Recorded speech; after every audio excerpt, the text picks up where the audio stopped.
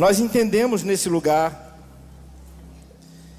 que é somente a Bíblia e não a tradição evangélica conservadora ou qualquer outra autoridade humana que deve funcionar como a autoridade normativa para a definição daquilo que nós devemos crer. Uma das grandes contribuições que a reforma protestante nos trouxe foi o retorno às Escrituras. E dela jamais podemos nos apartar. O termo sola Escritura nos remete ao princípio de que somente as Escrituras têm a absoluta primazia, sendo a única, diga comigo, única. Fale mais forte, diga única. Sendo nossa única regra de fé e prática. Todas as palavras da Bíblia são palavras de Deus, amém? Portanto, não crer nelas ou desobedecê-las é não crer em Deus, é desobedecer ao Eterno.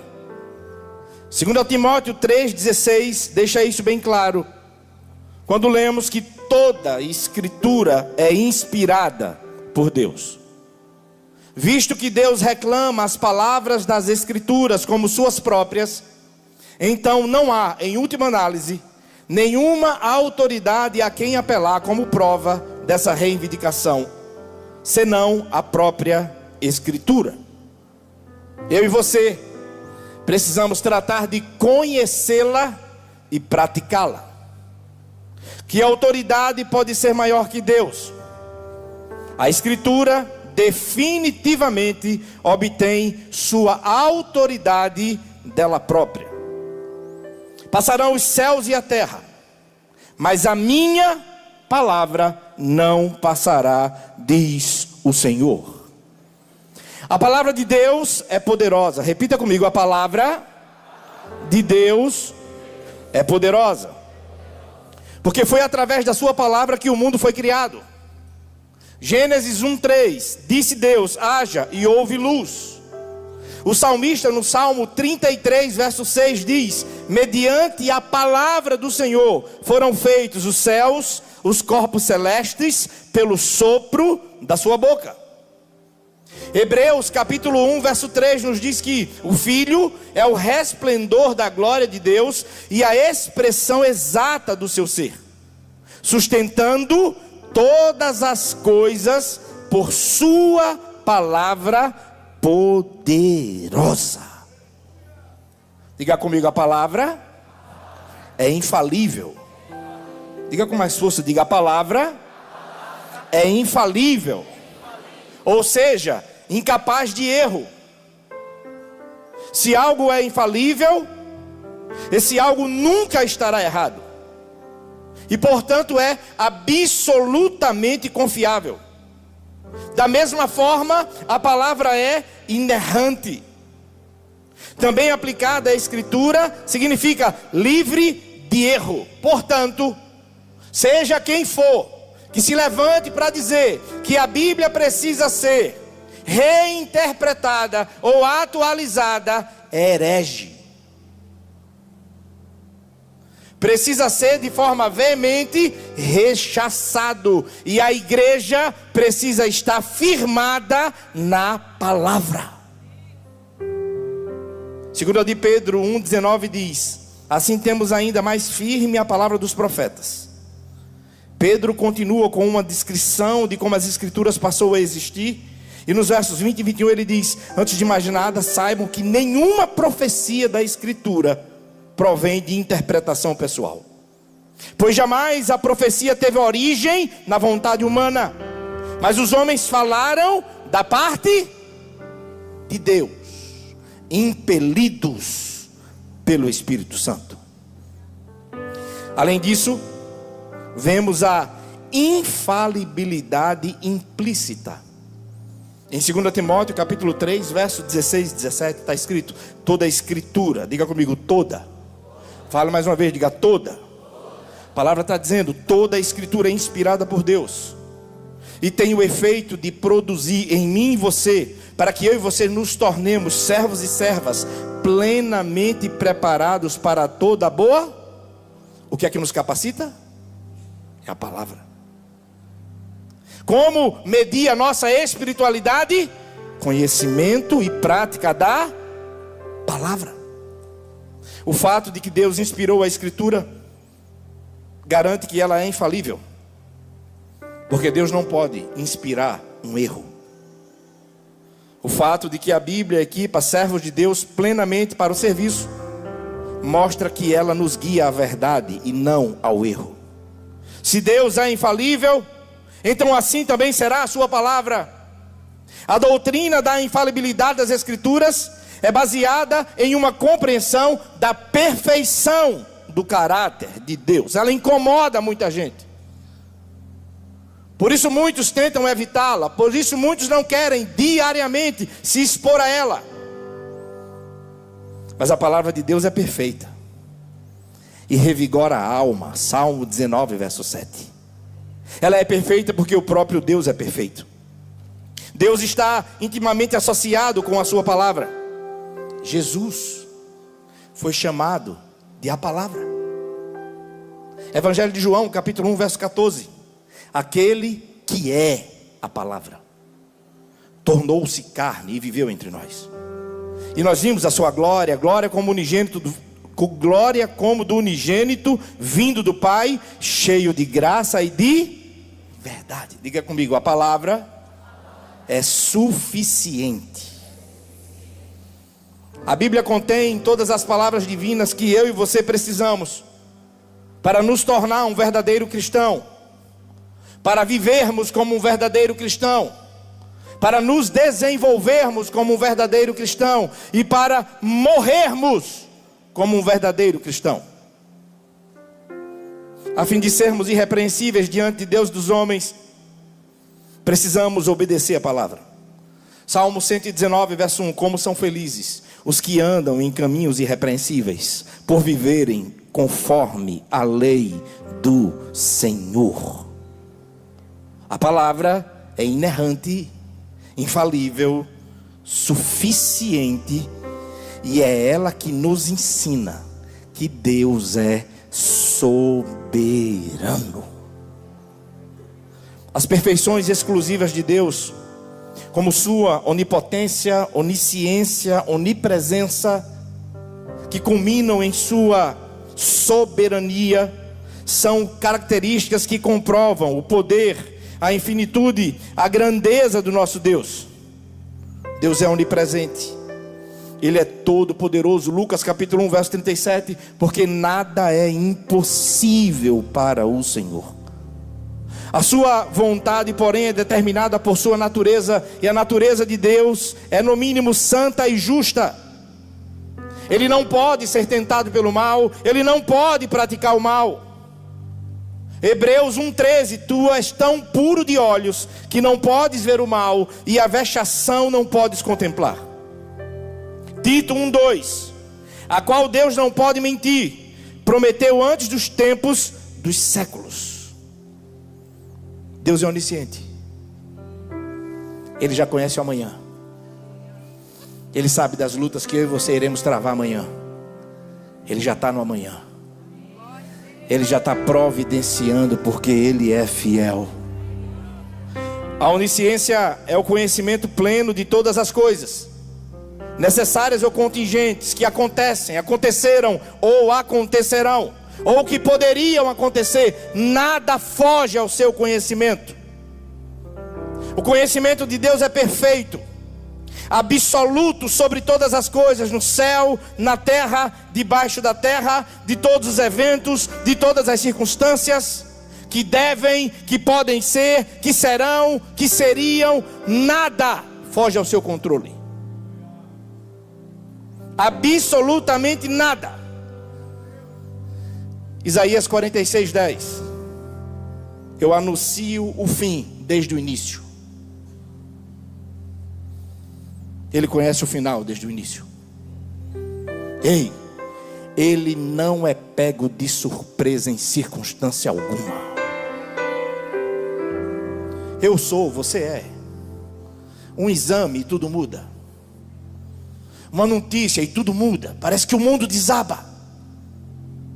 Mas Ele nunca é pego de surpresa. Trata-se de um conhecimento infinito e imediato, em que não há esquadrinhação. Isaías 40, 28, Deus é onipresente. A verdade, igreja amada, irmãos e amigos, é que Deus não pode ser descrito por completo em seu caráter e atributo.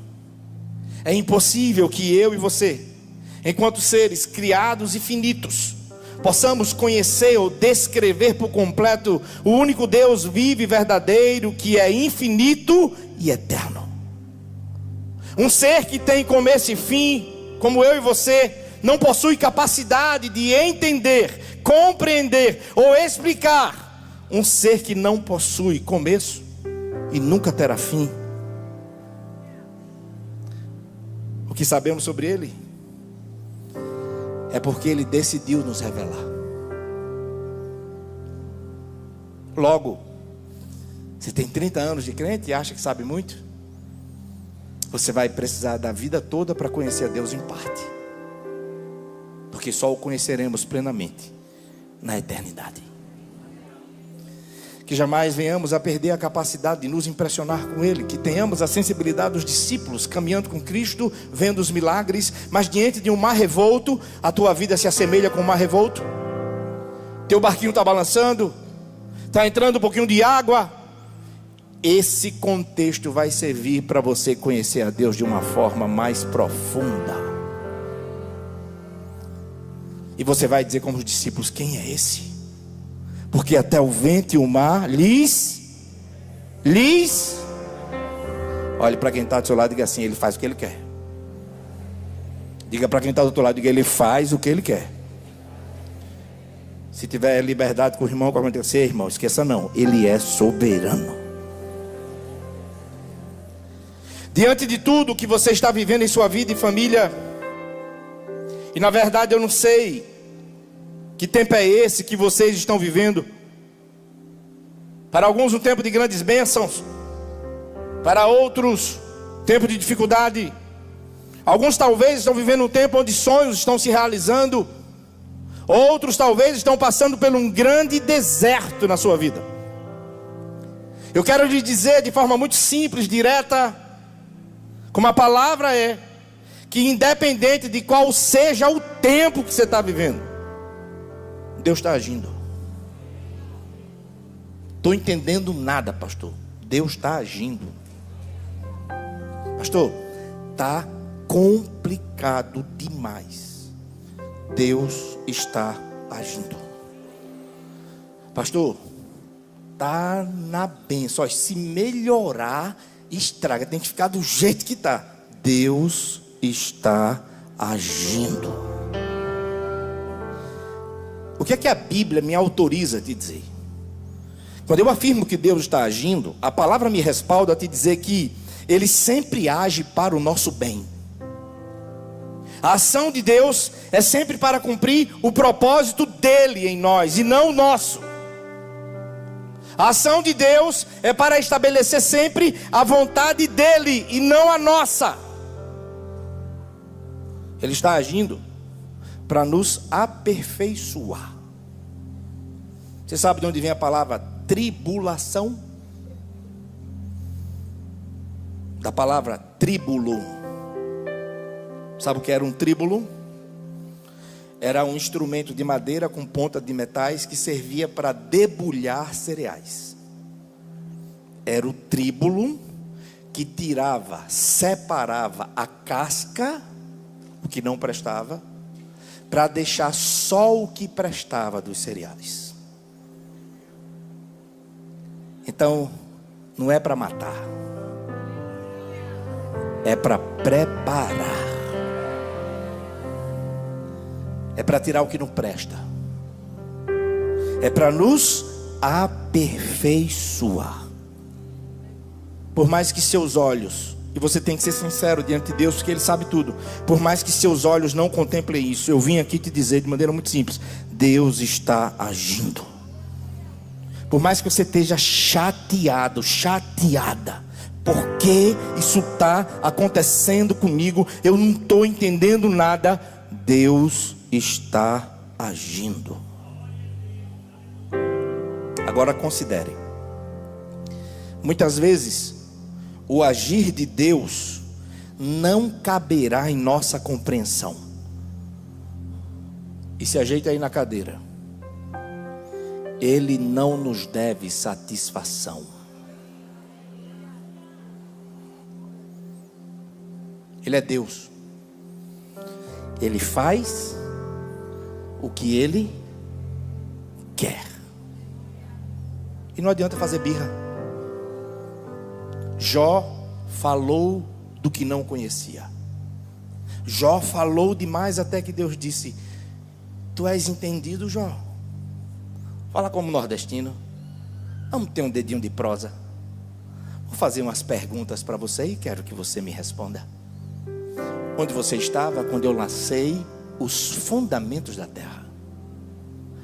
Como é que se forma, Jó, os ossos da criança no ventre da mãe? Ô irmão, tem muita coisa que a gente não sabe. Mas o nosso Deus, Ele sabe de todas as coisas. Você crê nisso? Sobre o agir de Deus, de maneira bem prática, vamos considerar algumas coisas. Diga comigo: Deus livra. Fala mais forte: Deus livra, Deus poupa e Deus sustenta. Quando em seu agir Deus nos livra, muitas vezes a gente nem tem conhecimento dos livramentos. Sim ou não? Sim ou não? Quantos livramentos Deus te deu hoje? Você sabe? Eu também não sei. Você lembra daquela conversa que Simão teve com Jesus? E ele todo cheio de si, Jesus revela algo para Pedro que ele não sabia. Lá em Lucas capítulo 22, verso 31 e 32, nós lemos: Simão, Simão, Satanás pediu vocês para peneirá-los. Ou seja, Satanás queria destruir vocês. Mas eu orei por você. Eu não deixei, Simão. Eu te livrei. Por você não saber quando Deus livra, faça uma coisa: seja agradecido em todo o tempo. Porque de repente uma porta que se fecha é um livramento de Deus para você. Porque Ele sabe de todas as coisas. Pedro nem sabia. Jesus intercedeu por ele e não permitiu que Pedro fosse destruído. Você está de pé por quê? Você está tendo vitórias por quê? É porque Ele tem nos dado livramento. É a bondade dEle, a misericórdia dEle, a mão dEle sobre mim e sobre você. Diga assim: Ele me livra. Diga mais uma vez: diga, Ele me livra. Mas também é verdade que às vezes Ele nos poupa. O livramento muitas vezes nem conhecimento eu tenho. Mas quando Ele nos poupa, nós temos conhecimento do livramento e do cuidado de Deus. Lembra do apóstolo Paulo quando estava sendo levado para Roma para ser julgado? Ele entra numa embarcação e Atos capítulo 27, verso 22 a 24 diz: mas agora recomendo que tenham coragem. Paulo está falando para todos daquela tripulação: pois nenhum de vocês perderá a vida, apenas o navio será destruído. Pois ontem à noite apareceu-me um anjo do Deus a quem pertenço, a quem adoro, e ele disse-me: Paulo, não tenha medo, você vai ter que chegar perante César. Por isso Deus, por sua graça, deu-lhe a vida de todos que estão navegando com você. Cuidado com quem tu bota no teu barquinho. Todos foram poupados por causa de Paulo.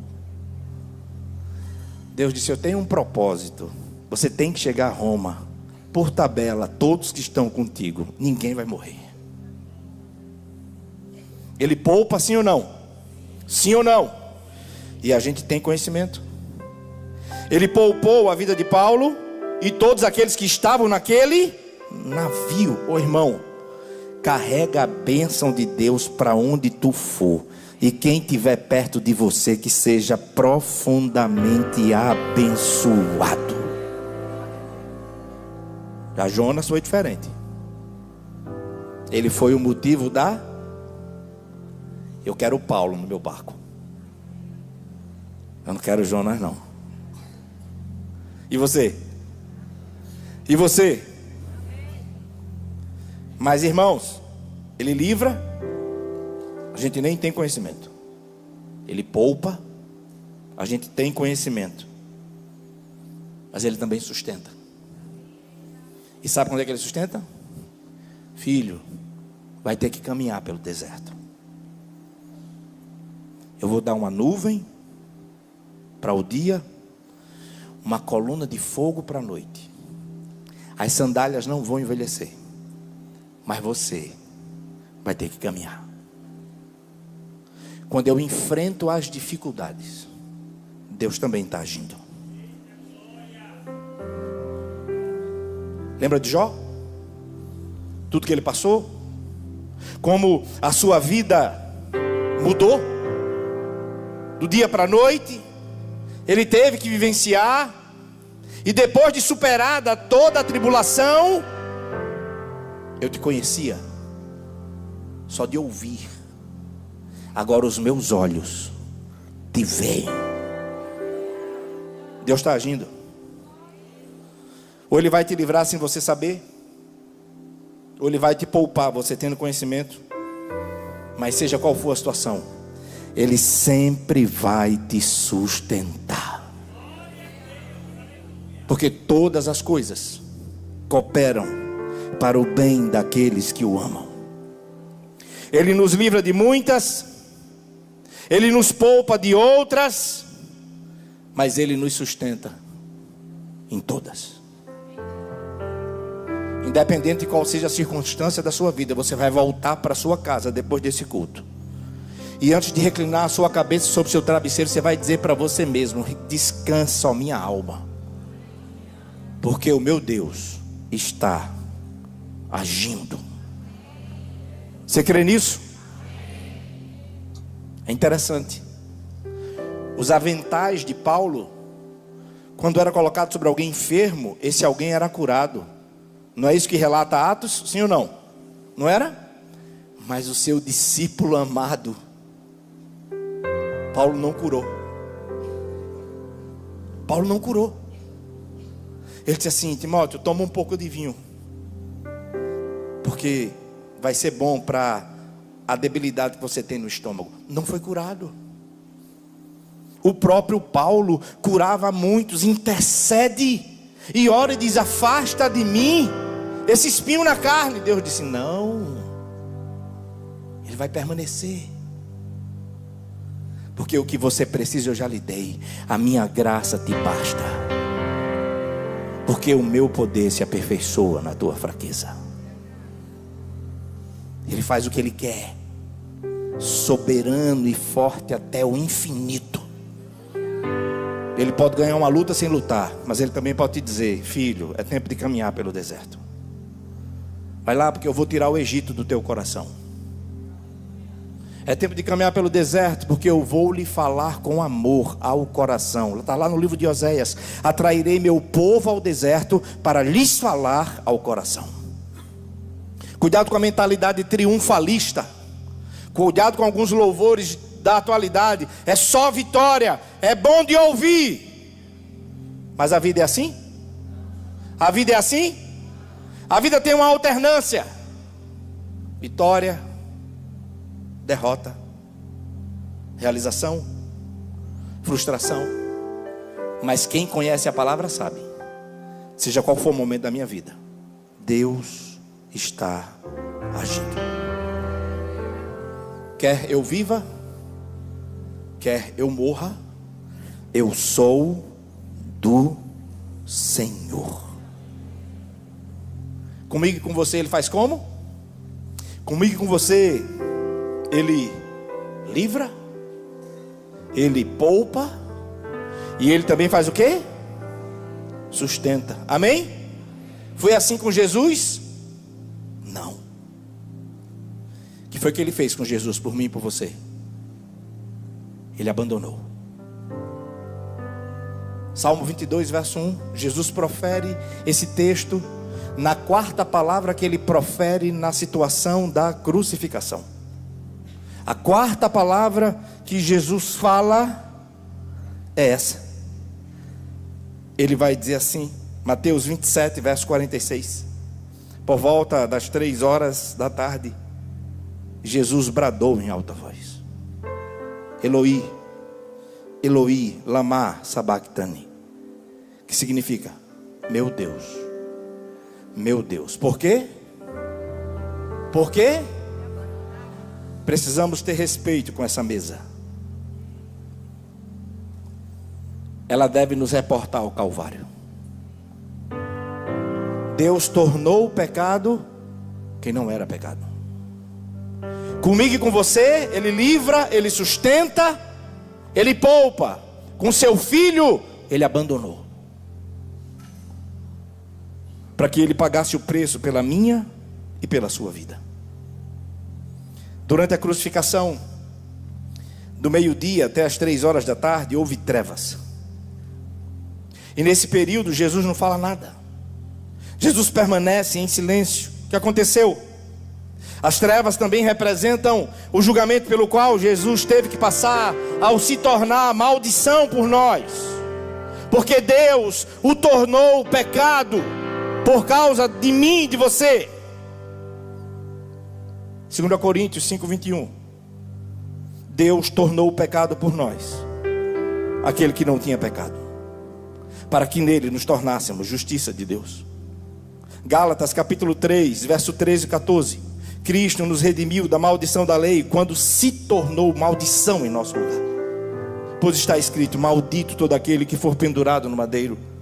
Isso para que em Cristo Jesus a bênção de Abraão chegasse também aos gentios, para que recebêssemos a promessa do Espírito mediante a fé.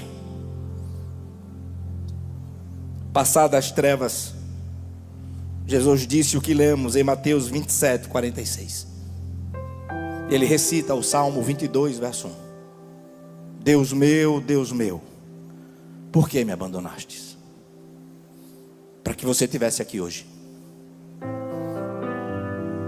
para que você recebesse essa palavra, para que você ouvisse nessa noite que só Jesus é o único caminho que nos leva a Deus,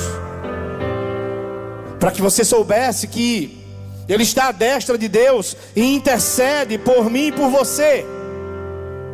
Ele nos livra, Ele nos poupa, Ele nos sustenta. Mas o seu filho Ele abandonou, por mim e por você. Bendito é aquele que conhece a Deus de fato e faz dele o seu refúgio. Feliz é aquele que, ao conhecer a Deus e ao seu Filho, compreende o significado da vida eterna. Bem-aventurado é aquele que desfruta a verdadeira felicidade que só há à destra de Deus, pois somente em sua presença há plenitude de alegria.